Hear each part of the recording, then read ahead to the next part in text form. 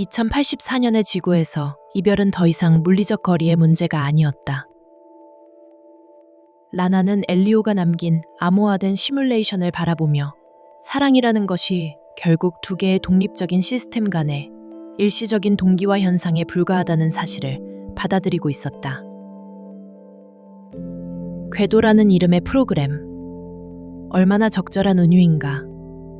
사랑하는 사람들은 서로의 중력권 안에서 돌다가 언젠가는 필연적으로 이탈 속도에 도달한다. 엘리오는 이미 그 속도를 계산해낸 것이었다. 라나는 엘리오가 의식 전송을 결정했던 그날을 떠올렸다.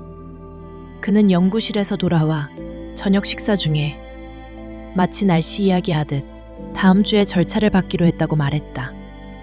모든 서류는 이미 준비되어 있었다. 라나가 놀라서 포크를 떨어뜨렸을 때 그는 오히려 그녀의 반응을 관찰하는 듯 했다. 예상했던 일이 아니냐고 물었다. 그때 라나는 몰랐다. 자신이 이미 실험의 일부가 되어 있었다는 것을. 첫 번째 미션의 암호는 토성의 애플링이었다. 그가 처음 우주 이야기를 꺼냈을 때 라나가 선택한 답. 하지만 그때 그녀가 애플링을 선택한 이유는 과학적 흥미가 아니었다. 단지 가장 불안정하고 예측 불가능한 고리였기 때문이었다.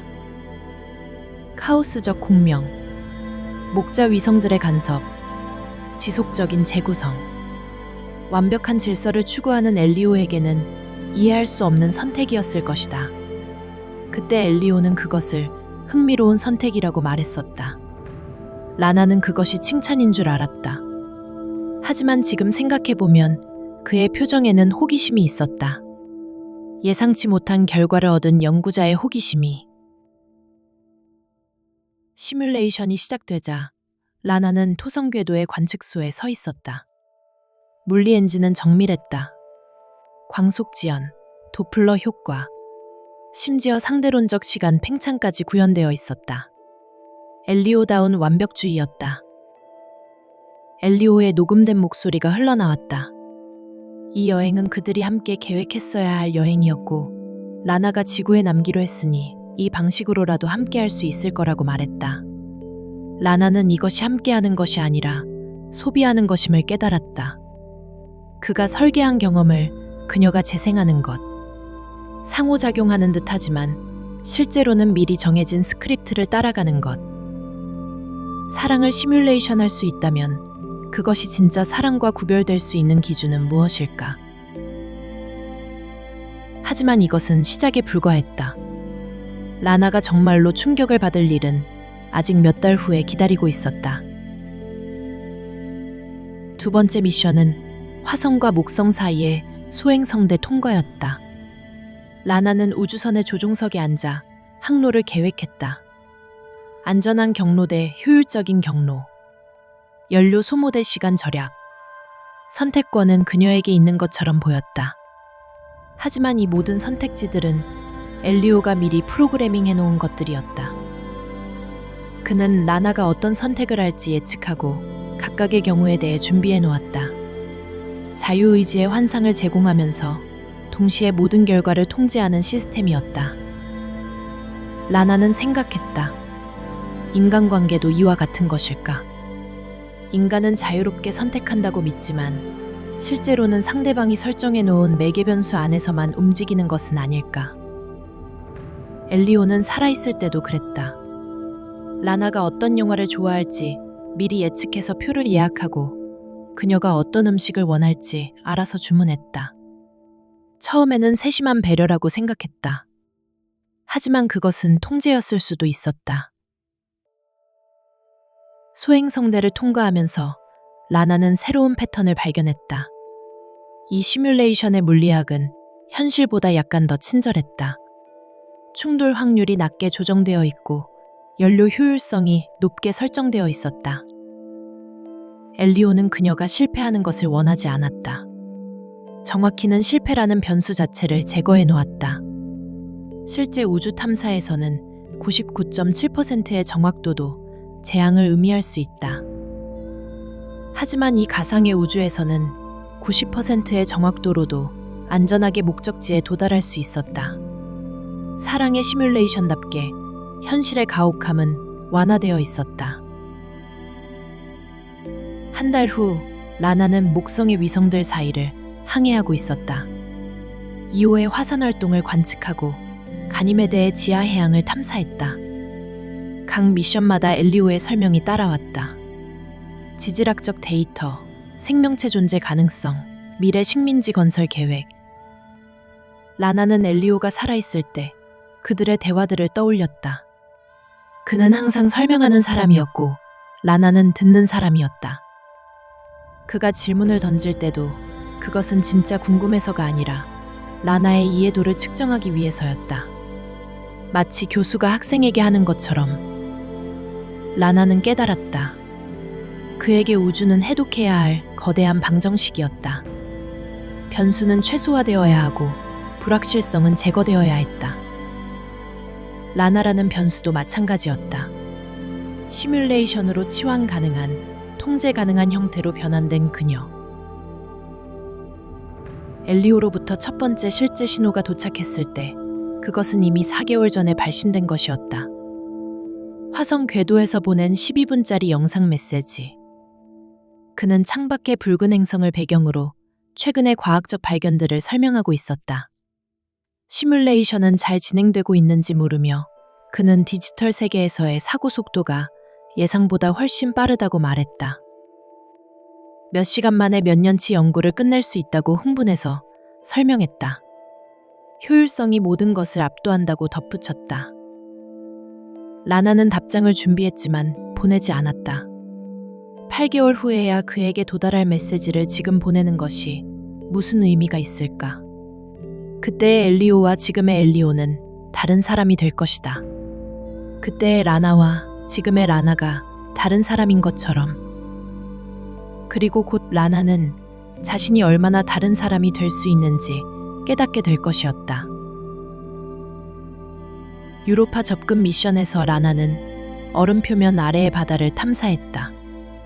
엘리오가 설계한 드릴링 프로토콜을 따라 15km의 얼음층을 뚫고 들어갔다. 암흑의 바닷속에서 열수 분출공을 발견하고 그 주변에서 원시적인 생명체의 흔적을 찾아냈다. 엘리오의 목소리는 이것이 그가 찾고 있던 것이라고 설명했다. 지구와 완전히 독립적으로 진화한 생명체. 우주에서 혼자가 아니라는 증거.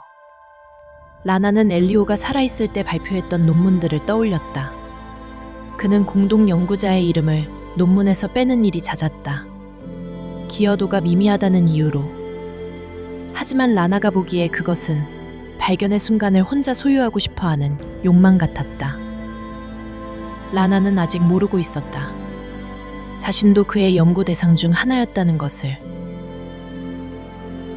6개월째, 라나는 시뮬레이션 안에서 이상한 현상을 발견했다. 같은 미션을 다시 수행할 때마다 미묘하게 다른 결과가 나왔다. 우연일까? 아니면 다른 이유가 있는 것일까? 엘리오가 남긴 메모를 발견한 것은 그때였다. 숨겨진 폴더 안에 있던 관찰 일지들. 그리고 라나는 자신에 대한 충격적인 진실을 마주하게 되었다. 피실험자 L의 반응 패턴 관찰 3주차. 예상보다 창의적인 해결책을 시도한다. 시나리오 B로 수정 필요. 6주차. 좌절감을 보이기 시작. 성취감 유도를 위한 난이도 조정. 10주차. 루틴의 지루함을 느끼는 듯. 새로운 자극 요소 추가. 14주차. 비논리적 선택 빈도 증가. 감정적 변수, 고려한 알고리즘 수정 검토. 각 항목마다 냉정한 분석이 이어졌다. 감정적 반응에 대한 해석, 행동 패턴의 분류, 최적화 방안. 엘리오는 단순히 경험을 공유하려는 것이 아니었다. 그는 라나를 연구하고 있었던 것이다. 더 충격적인 것은 시뮬레이션이 미리 여러 버전으로 준비되어 있다는 사실이었다. 라나의 성격과 취향에 맞춰 선별된 경험들. 그녀가 지루해할 만한 지점을 예측하고 그때마다 투입할 새로운 요소들. 심지어 그녀가 반항할 가능성까지 계산에 넣어둔 대안, 시나리오들이 있었다. 마치 실험실의 쥐를 위해 조정되는 미로 같았다. 라나는 자신이 피실험자였다는 것을 깨달았다. 사랑하는 사람이 아니라 관찰 대상이었다. 엘리오에게 사랑이란 상대방을 이해하는 것이 아니라 상대방을 예측 가능하게 만드는 것이었다. 라나는 더 이상 미션을 수동적으로 따라가지 않기로 결정했다. 대신 시뮬레이션의 물리 엔진을 역이용하기 시작했다. 우주선을 의도적으로 예측 불가능한 궤도로 조종했다. 연료를 낭비하고 비효율적인 경로를 선택하고 과학적 가치가 없는 소행성들을 탐사했다. 그러나 라나가 정말로 극한까지 밀어붙인 실험은 따로 있었다. 그것은 시스템조차 그녀의 생존을 포기할 정도로 위험한 것이었다. 시뮬레이션은 혼란에 빠졌다. 라나가 중성자별 주변의 극한 중력장에서 우주선을 의도적으로 회전시켰을 때 시스템은 그녀가 자살을 시도한다고 판단했다. 긴급 안전 프로토콜이 작동했지만 라나는 그것마저 무력화시켰다. 그녀는 살아있었고 단지 예측 불가능했을 뿐이었다. 엘리오가 예상하지 못한 행동들이었다. 라나의 새로운 행동 패턴은 그가 준비해둔 어떤 시나리오에도 맞지 않았다. 오류 메시지들이 화면에 쏟아졌다. 이것이 자유의지일까? 시스템을 교란시키는 것으로 자율성을 증명하는 것일까? 아니면 여전히 시스템 내에서의 반항일 뿐일까? 엘리오의 두 번째 신호는 목성 궤도에서 왔다. 8개월의 시간 지연이 있었다. 그는 더욱 흥분해 있었다. 유로파 접근을 앞두고 있었고 지하 해양 탐사 장비의 최종 점검을 마쳤다고 했다. 그는 시뮬레이션 데이터를 분석해 본 결과 흥미로운 패턴들이 발견되었다고 말했다. 라나가 예상보다 훨씬 창의적인 해결책들을 찾아내고 있다는 것이었다. 특히 최근 몇 개월간의 데이터는 정말 놀라웠다. 마치 시스템 자체를 재정의하려는 것 같다고 덧붙였다. 라나는 웃었다. 그는 여전히 이해하지 못하고 있었다. 그녀의 창의성이 실제로는 거부와 저항이라는 것을, 시스템을 재정의하는 것이 아니라 시스템에서 탈출하려는 시도라는 것을. 마지막 미션은 가장 복잡했다.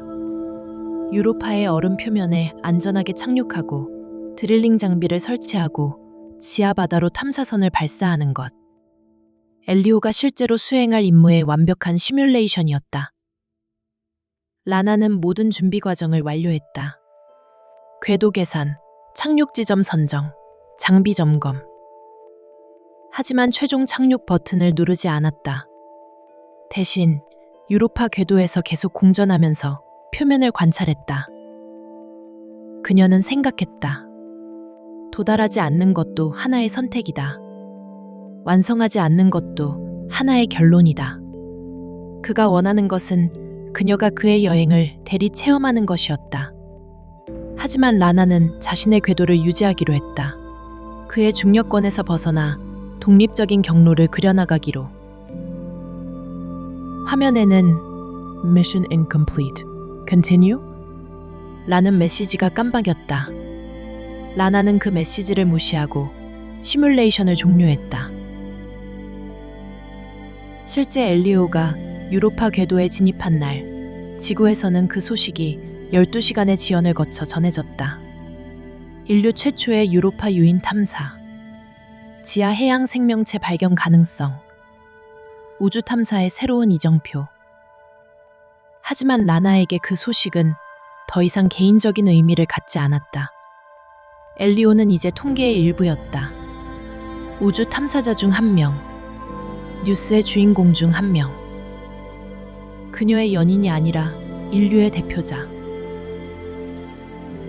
그날 저녁, 라나는 자신의 작업실에서 새로운 프로젝트를 시작했다. 역궤도라는 제목의 미디어, 아트 설치 작품. 관객이 투명한 캡슐 안에 들어가면 우주 공간에서 지구를 바라보는 경험을 할 수 있었다. 하지만 이 작품에서 관객은 지구로 돌아올 수 없었다. 계속해서 멀어져가는 궤도를 따라 우주 공간을 표류할 뿐이었다. 전시 개막 후 첫 주, 라나는 관객들의 반응을 관찰했다. 어떤 이는 5분 만에 캡슐에서 나왔고 어떤 이는 1시간 넘게 머물렀다. 누군가는 공포를 느꼈고 누군가는 해방감을 느꼈다. 각자의 중력과 탈출 속도가 달랐다. 한 관객이 라나에게 물었다. 왜 돌아올 수 없게 만들었느냐고. 라나는 대답하지 않았다. 대신 그 관객이 얼마나 오래 작품 안에 머물렀는지, 어떤 표정으로 나왔는지를 조용히 관찰했다. 그리고 자신이 엘리오와 똑같은 일을 하고 있다는 것을 깨달았다. 몇 주 후 엘리오로부터 마지막 메시지가 도착했다. 유로파 지하 해양에서 미생물의 흔적을 발견했다는 소식이었다. 인류 역사상 최초의 외계 생명체 발견. 그의 목소리는 흥분으로 떨리고 있었다. 그는 자신들이 해냈다고 말했다. 시뮬레이션에서 예측한 것보다 훨씬 복잡한 생명체였다. 완전히 다른 진화 경로를 따라온 것 같았다. 이 발견을 지구에 보고하면 모든 것이 바뀔 것이었다. 인류의 우주관이, 생명에 대한 이해가. 메시지 끝에 그는 덧붙였다. 라나의 시뮬레이션 데이터가 이 발견에 큰 도움이 되었다고. 인간의 예측 불가능성이 새로운 생명체 탐지 알고리즘의 핵심 요소였다고. 그녀에게 감사한다고 했다. 그 순간 라나는 깨달았다. 자신의 반항조차 그의 연구에 이용당했다는 것을, 사랑이라고 믿었던 모든 것이 실험이었다는 것을. 라나는 답장을 쓰지 않았다. 대신 그녀는 창문을 열고 밤하늘을 바라보았다. 목성은 작은 점으로만 보였다.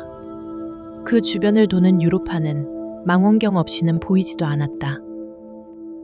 엘리오는 이제 정말로 다른 세계의 사람이 되었다. 그는 새로운 생명체를 발견했지만 기존의 관계는 잃었다. 우주의 확장과 동시에 개인적 우주의 수축. 이것이 탐험가의 운명일까? 새로운 세계를 얻기 위해 이전 세계를 포기하는 것. 6개월 후 라나는 문득 호기심이 생겨 엘리오의 시뮬레이션을 다시 실행했다. 화면에는 여전히 Mission incomplete, continue? 라는 메시지가 깜빡이고 있었다. 그 아래에는 새로운 메시지가 추가되어 있었다. Your turn. Create your own mission. 라나는 마우스 커서를 그 버튼 위에 올려놓은 채로 한참을 머뭇거렸다. 클릭하면 시뮬레이션의 편집 도구가 활성화될 것이다. 그녀만의 우주, 그녀만의 미션, 그녀만의 규칙을 만들 수 있을 것이다. 하지만 라나는 버튼을 클릭하지 않고 프로그램을 종료했다. 대신 그녀는 새로운 작업 파일을 열었다. 교차점 없는 궤도라는 제목으로. 이번에는 2개의 독립적인 궤도가 특정 지점에서 만나는 순간을 시뮬레이션하는 작품이었다. 서로를 의식하지만 결코 만나지 않는 평행한 궤도들. 창밖으로 새벽이 밝아오고 있었다. 지구는 여전히 자전하고 있었고 어딘가의 서버에서는 엘리오의 의식이 무한한 속도로 연산을 계속하고 있었다. 그리고 라나는 여전히 자신의 속도로 자신만의 궤도를 그려나가고 있었다.